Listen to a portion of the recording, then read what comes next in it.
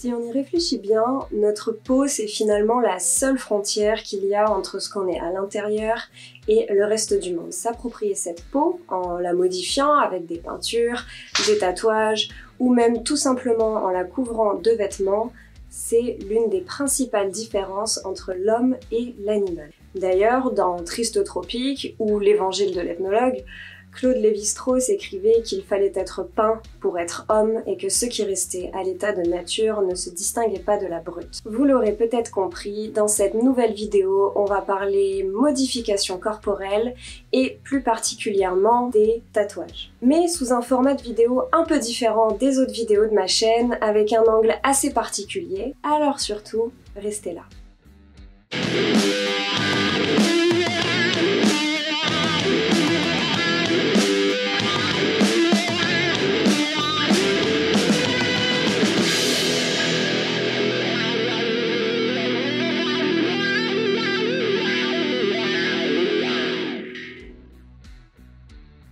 Salut à tous, bienvenue sur ma chaîne YouTube pour les nouveaux arrivants, abonnez-vous. Et on se retrouve cette fois-ci avec un nouveau format de vidéo, un peu plus long que d'habitude, les ethnodossiers. Dans ces vidéos-là, on va aller découvrir les recherches d'ethnologues, de chercheurs. Et pour la première, je me suis dit que j'allais commencer cette série par une présentation du travail que j'avais mené, qui portait sur le tatouage dans les sociétés modernes, dans nos sociétés. Parce que, on l'a tous constaté, le tatouage s'est grave imposé dans nos cultures depuis les années 80.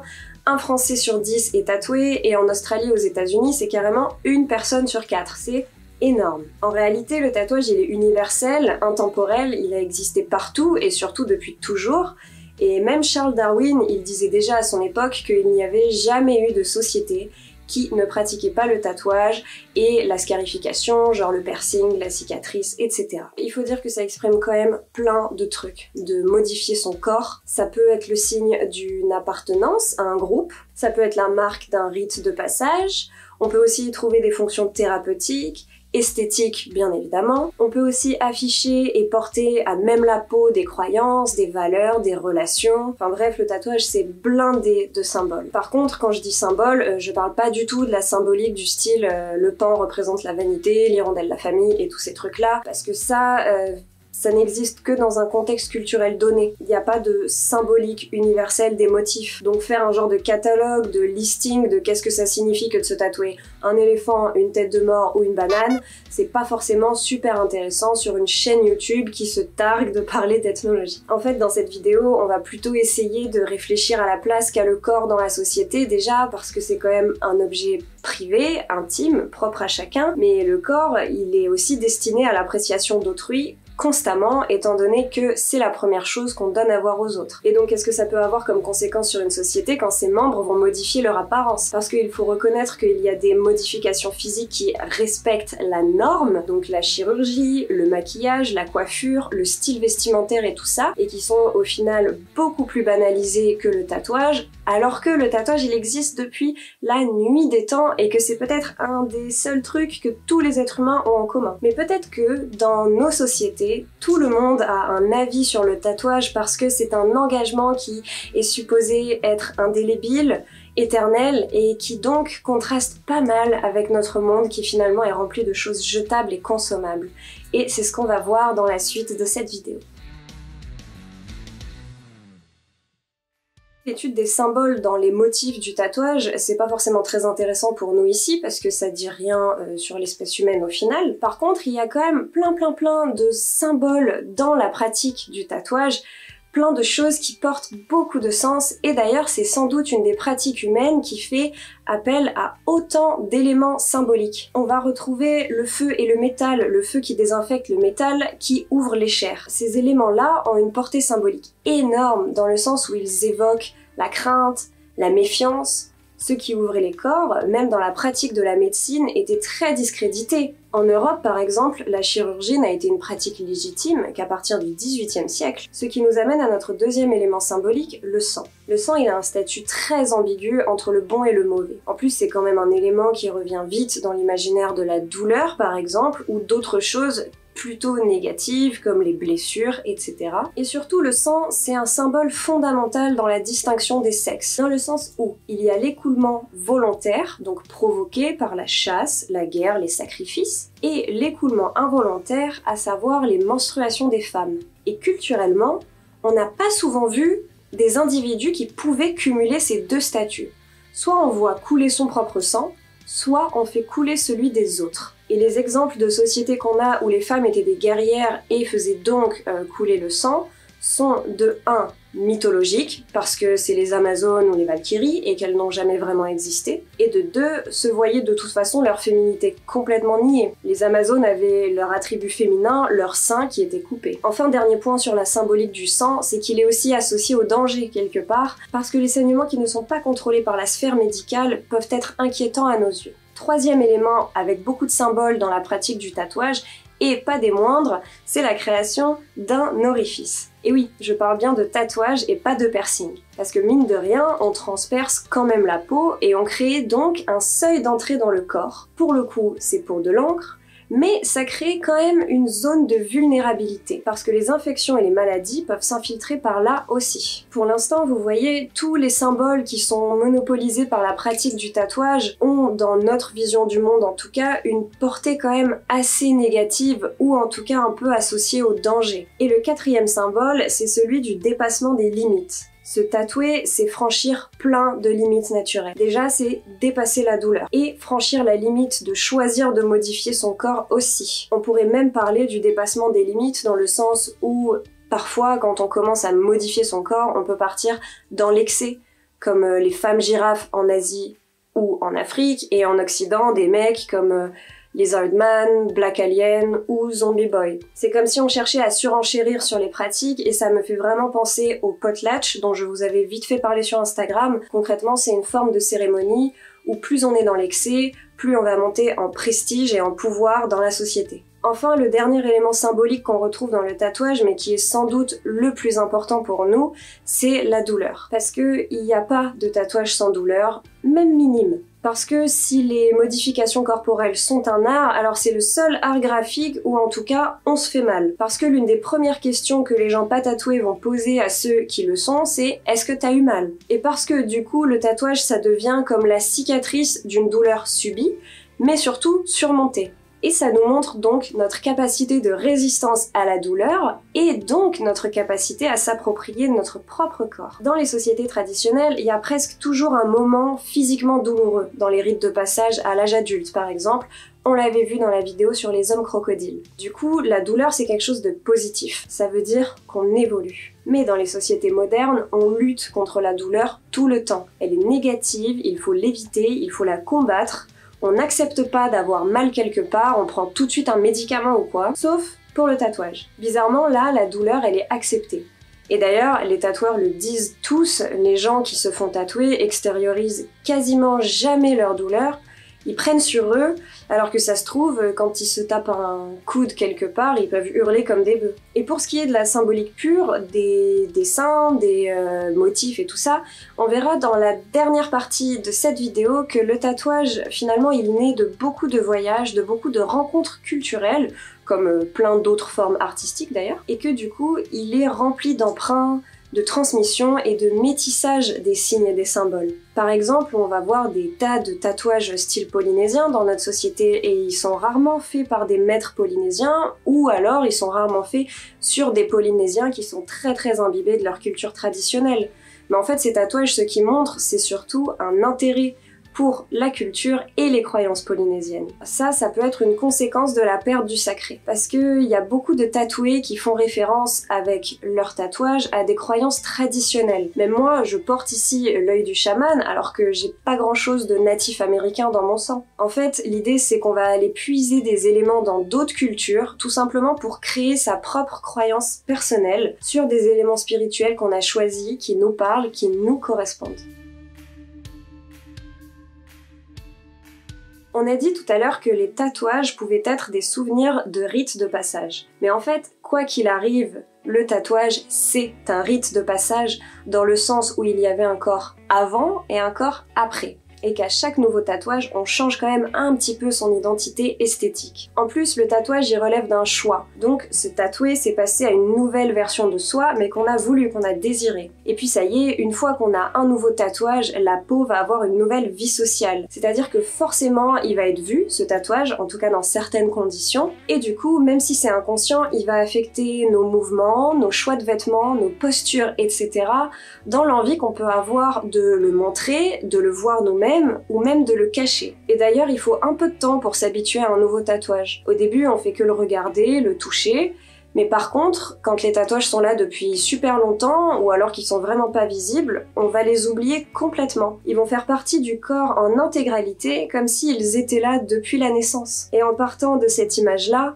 on pourrait même dire que finalement, chaque nouveau tatouage donne naissance à un nouveau corps. Et d'ailleurs, ça c'est un petit peu la grande idée. Le tatouage crée notre identité. Il a beaucoup été dit d'ailleurs que la différence entre les tatouages modernes et traditionnels, c'est que les tatouages modernes sont individualisants, dans le sens où ils sont là pour créer une identité personnelle, propre et unique, alors que ceux des sociétés traditionnelles servent à marquer l'appartenance à un groupe. Mais en fait, pas forcément, parce que quoi qu'il arrive, le tatouage nous relie aux autres. Et puis aussi parce que les tatouages, et souvent les premiers tatouages, sont liés à des situations affectives qu'on aimerait garder éternellement.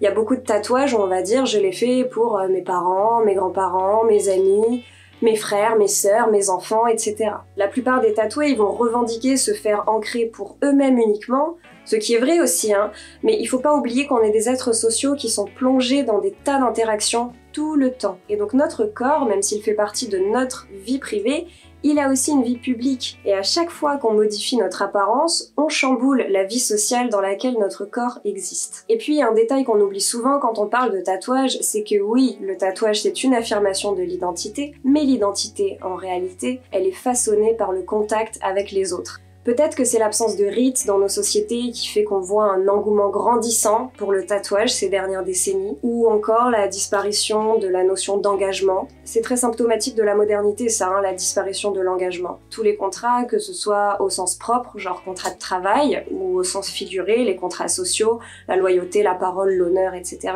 C'est des valeurs qui existent plus vraiment. On nous apprend de plus en plus à nous adapter, à revenir et à défaire les engagements qu'on a pu faire, plus que à les tenir. Sauf que l'être humain, il a besoin de structurer sa vie autour de rites et d'engagements. Et ça, c'est quelque chose qu'on a vu depuis la nuit des temps, à travers le monde entier. Et justement, avec la valeur engagement qui disparaît, on voit en même temps le tatouage qui fascine et qui attire de plus en plus. On voit des tatouages hommages, des tatouages de deuil, des tatouages thérapeutiques, mais aussi beaucoup de tatouages qui veulent exprimer les valeurs qu'on chérit, qu'on transporte, genre la famille, la combativité, tout ça au travers de symboles. Du coup, se tatouer, c'est un peu s'engager avec soi-même à l'ère où le désengagement est roi. Se faire tatouer, c'est signer un contrat avec soi-même, avec son corps, qui est finalement la première zone de contact avec les autres. Pour résumer un petit peu tout ce qu'on a dit, le corps c'est la seule attache concrète qu'on a au monde. Et c'est aussi une construction personnelle. On peut s'inventer une identité concrète ou bricolée avec son corps. D'ailleurs au 19e siècle, les tatoueurs Samuel O'Reilly ont tatoué un certain John Ice, qui ensuite s'est baladé dans toutes les foires américaines et raconté qu'il s'était fait enlever par des Apaches et que c'était eux qui l'avaient tatoué. Après ça c'est aussi parce qu'on a longtemps associé le tatouage aux sociétés primitives. Du coup, ça a attiré plein de curieux, dans le sens où c'était un truc hyper marginal, surtout dans les années 50. Et puis après, le tatouage s'est banalisé, donc ça a été les spectacles de fakir, qui se faisaient beaucoup de modifications corporelles aussi, qui ont attiré plein de curieux. Et puis, encore aujourd'hui, on voit des énormes engouements pour les body modification extrêmes, genre Black Alien et ses 330 000 abonnés sur Instagram par exemple. On affirme tellement son identité par le corps que le pouvoir disciplinaire va prendre le corps pour cible. Parce que pour prendre le contrôle de quelqu'un, il faut contraindre et contrôler son corps. Déjà en l'enfermant dans une prison, par exemple, mais en fait c'est quelque chose qui va beaucoup plus loin que ça. Il y a une époque où on inscrivait dans la peau des détenus le motif de leur condamnation. Dans Harry Potter et l'Ordre du Phénix aussi, on le voit faire une punition avec une plume magique qui ancre la punition dans sa main au fur et à mesure. Pendant la Seconde Guerre mondiale, on tatouait un numéro sur les Juifs, Mais du coup, l'autre versant de ce truc-là, c'est qu'on peut modifier son corps pour se réapproprier son identité aussi. Si c'est normalement l'autorité qui agit sur le corps en le marquant ou en le torturant, on peut faire s'effondrer cette autorité en choisissant de marquer le corps, de le modifier et de le torturer soi-même. On devient acteur et non plus victime. Et il y a un exemple super intéressant de ça, il s'appelle Albrecht Becker. C'est un rescapé de la répression anti-homosexuelle nazie qui avait été envoyé au front, torturé, enfermé, et qui s'est mis à marquer sa résistance sur son corps en s'ancrant partout, en se faisant des tas de modifications. Et je vous mets des images parce que ça sera plus parlant, mais il a même attenté au code de la masculinité nazie, en s'injectant 4 litres de paraffine dans les testicules, en se transperçant le pénis. Et s'il y en a qui peuvent prendre ça pour un genre de masochisme, il y a un côté quand même plus profond, plus psychologique que ça. Son corps, c'était son dernier espace de liberté. Et ce genre de marque, c'est aussi une manière d'imposer à la vue des autres les histoires que personne ne voulait voir. En prison, c'est interdit de se tatouer, donc forcément, ça devient un geste d'indépendance aussi. Ça permet de témoigner qu'on a encore un petit peu de libre arbitre, et se faire enfermer, c'est se faire ôter une partie de son identité finalement, et le tatouage, il permet de lutter contre ça. Et puis surtout, l'enfermement, c'est une perte d'autonomie provisoire, alors que le tatouage, il est éternel. En fait, le tatouage, il permet de refuser des conditions d'existence qu'on ne veut pas. Et c'est ça l'aspect thérapeutique du tatouage. Par exemple, quand on a eu un cancer du sein et qu'on se fait recouvrir ses cicatrices d'amputation de cancer par des tatouages. Parce que tout ce qui compte, c'est que ce qui modifie notre corps, ça soit quelque chose que nous, on a choisi nous-mêmes. L'auteur Sébastien Lossardo, qui a fait le discours d'ouverture de l'expo Tatoueur Tatoué en 2014 au Quai Branly, disait « Le tatouage est une production collective qui existe dans le présent et dans le vivant. C'est une forme d'art en mouvement et donc c'est un art très singulier. » On l'a déjà dit dans les tatou-séries, d'ailleurs si vous voulez les revoir ou pour ceux qui les ont pas vus, je vous mets le lien vers la playlist par ici. C'est impossible de dater les débuts du tatouage. Dans le livre où il parle de ses conquêtes, Bello Gallico, Jules César raconte rencontrer des peuples tatoués et on trouve des témoignages similaires chez Platon, Aristophane, Hérodote, etc. Les premiers pèlerins chrétiens aussi étaient tatoués. C'était la marque religieuse lorsqu'ils effectuaient leur pèlerinage jusqu'à Jérusalem. Et c'est d'ailleurs une tradition qui a perduré jusqu'au 19e siècle chez les chrétiens coptes. Alors que chez les autres chrétiens, on a interdit le tatouage par le concile de 789 en considérant que l'homme ayant été fait à l'image de Dieu, c'était une injure que de modifier son apparence. Mais à vrai dire, dans la plupart des religions monothéistes, le tatouage c'est un peu vu comme un truc marginal. Et pourtant, pendant toutes les grandes conquêtes, les marins et les voyageurs qui ont rencontré des sociétés qui se tatouaient rentraient avec des tatouages. Même le roi Édouard VII, le tsar Nicolas II étaient tatoués après avoir fait des voyages à l'étranger. Et puis il y avait aussi Staline, Churchill, Roosevelt. Et les premiers tatoueurs connus dans les années 60, comme Ted Hardy ou Sailor Jerry, sont partis en voyage pour améliorer leur technique et puis découvrir aussi les nouvelles formes de tatouage qu'il y avait dans d'autres sociétés. Parce qu'il y a quand même un lien qui est très étroit entre le voyage et le tatouage. Voyager, ça veut dire se confronter à l'autre, découvrir d'autres vérités et faire l'expérience de ses propres limites. L'expérience de soi étant toujours liée à l'expérience d'autrui, parce qu'on fonctionne par différenciation. Et le tatouage, c'est comme le voyage finalement, parce que c'est juste le désir de faire l'expérience de soi et de se découvrir.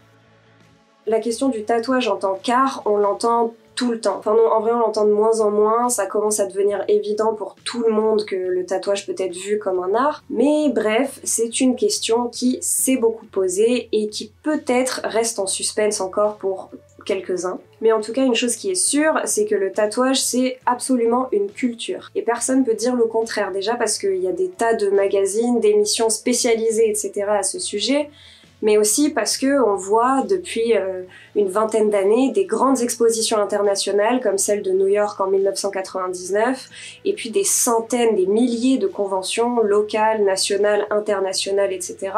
où les tatoueurs viennent travailler devant un public, viennent rencontrer leur public. D'ailleurs, Stéphane Martin, le directeur du musée du Quai Branly à Paris, disait que le fait que certains tatoueurs se fassent copier, car considérés comme des grands maîtres, c'était un peu comme Picasso qui se faisait copier par d'autres peintres, et ça prouve bien que le tatouage peut clairement être considéré comme de l'art. Après, le problème du tatouage en tant qu'art, c'est du coup le support. L'art, c'est un truc qui survit, qu'on conserve dans les musées et tout. Et le tatouage étant fait sur de la peau, une fois qu'on est mort. Et pourtant, dans les années 30, le docteur Fukushi a commencé une grande collection au musée des pathologies de Tokyo. Il retirait la peau des cadavres, la traitait pour la conserver et la tendait sur des grandes toiles.